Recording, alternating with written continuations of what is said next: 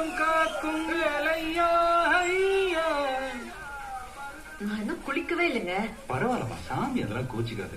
உன் coffee dining table இருக்கு, போய் எடுத்துக்க. நைட்டு பண்ணதுக்கு காலையில பிராய்ச்சித்தமா? தட்டுக்குட்டு சந்தனம் தட்டுக்குட்டு சந்தனம் சக்கச்சி.